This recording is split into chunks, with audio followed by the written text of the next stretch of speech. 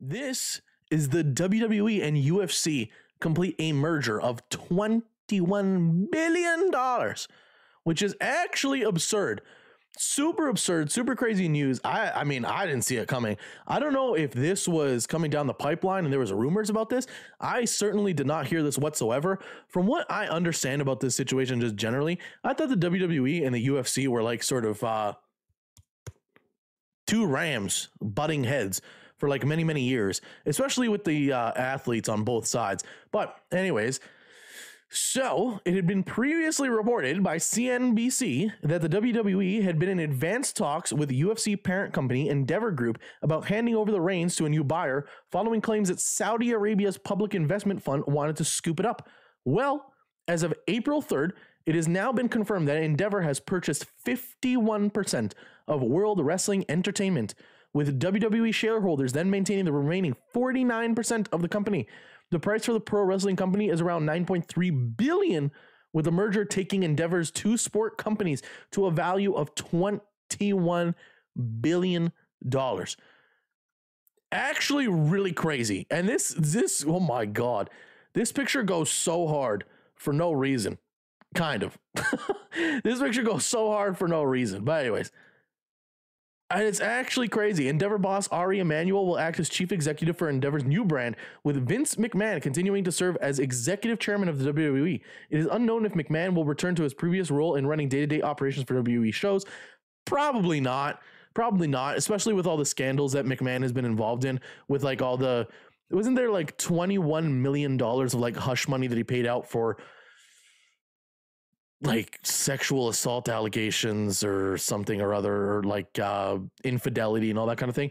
So with two wrestling juggernauts serving under one band, what? Two wrestling? Did you just call it UFC wrestling? Anyways, under one banner, personnel changes are always a possibility. However, Endeavor president Mark Shapiro will also work in the same role as the new company.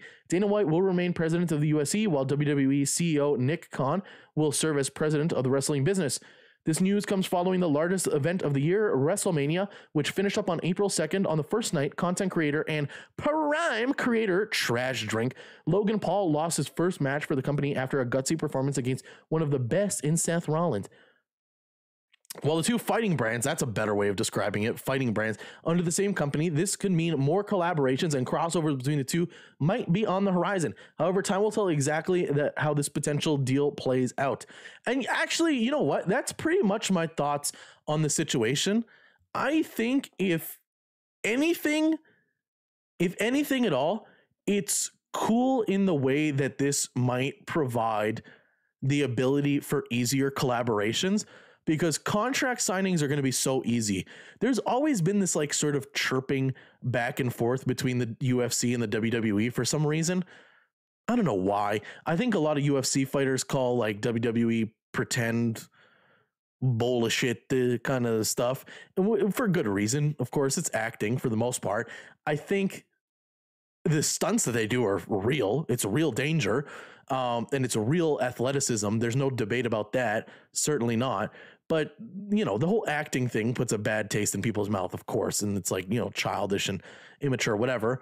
But yeah, I think if anything, this is just going to make it easier. Look, if there are WWE wrestlers, which there have been in the past, that are serious about trying their hand at MMA, it'll probably make it a lot easier for them to do so. We saw Brock Lesnar do that to the tune of like, you know, one of the most popular fight events ever. Like Brock Lesnar's debut in the UFC was massive, and he ended up becoming the UFC heavyweight champion. Obviously his skills leave, you know, a little bit to be desired, but he's still absolutely massive.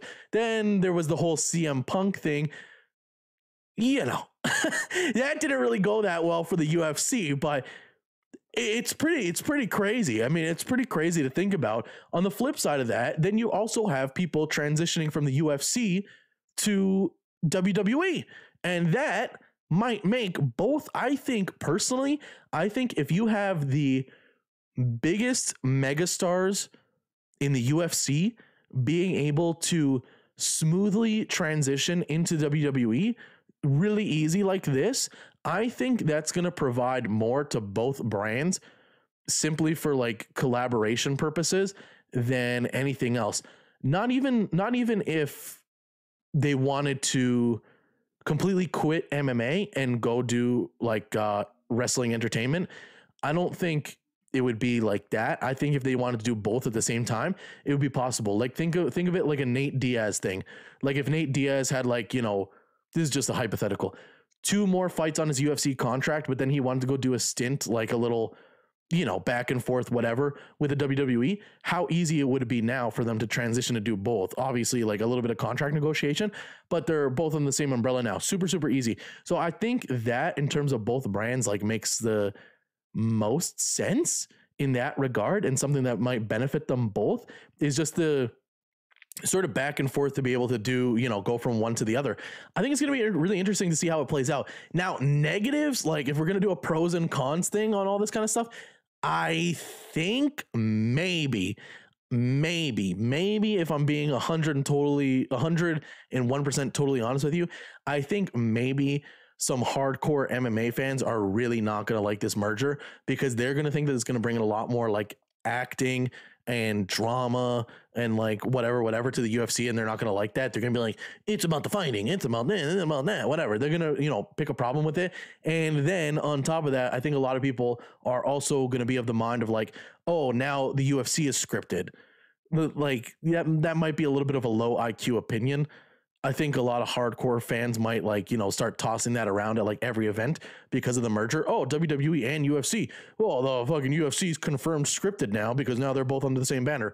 But anyways, yeah, I mean, pros and cons list. I think there's definitely more to gain in terms of like collaborating athletes between like WWE athletes going into the UFC and vice versa. I think there's way more money to be made that way.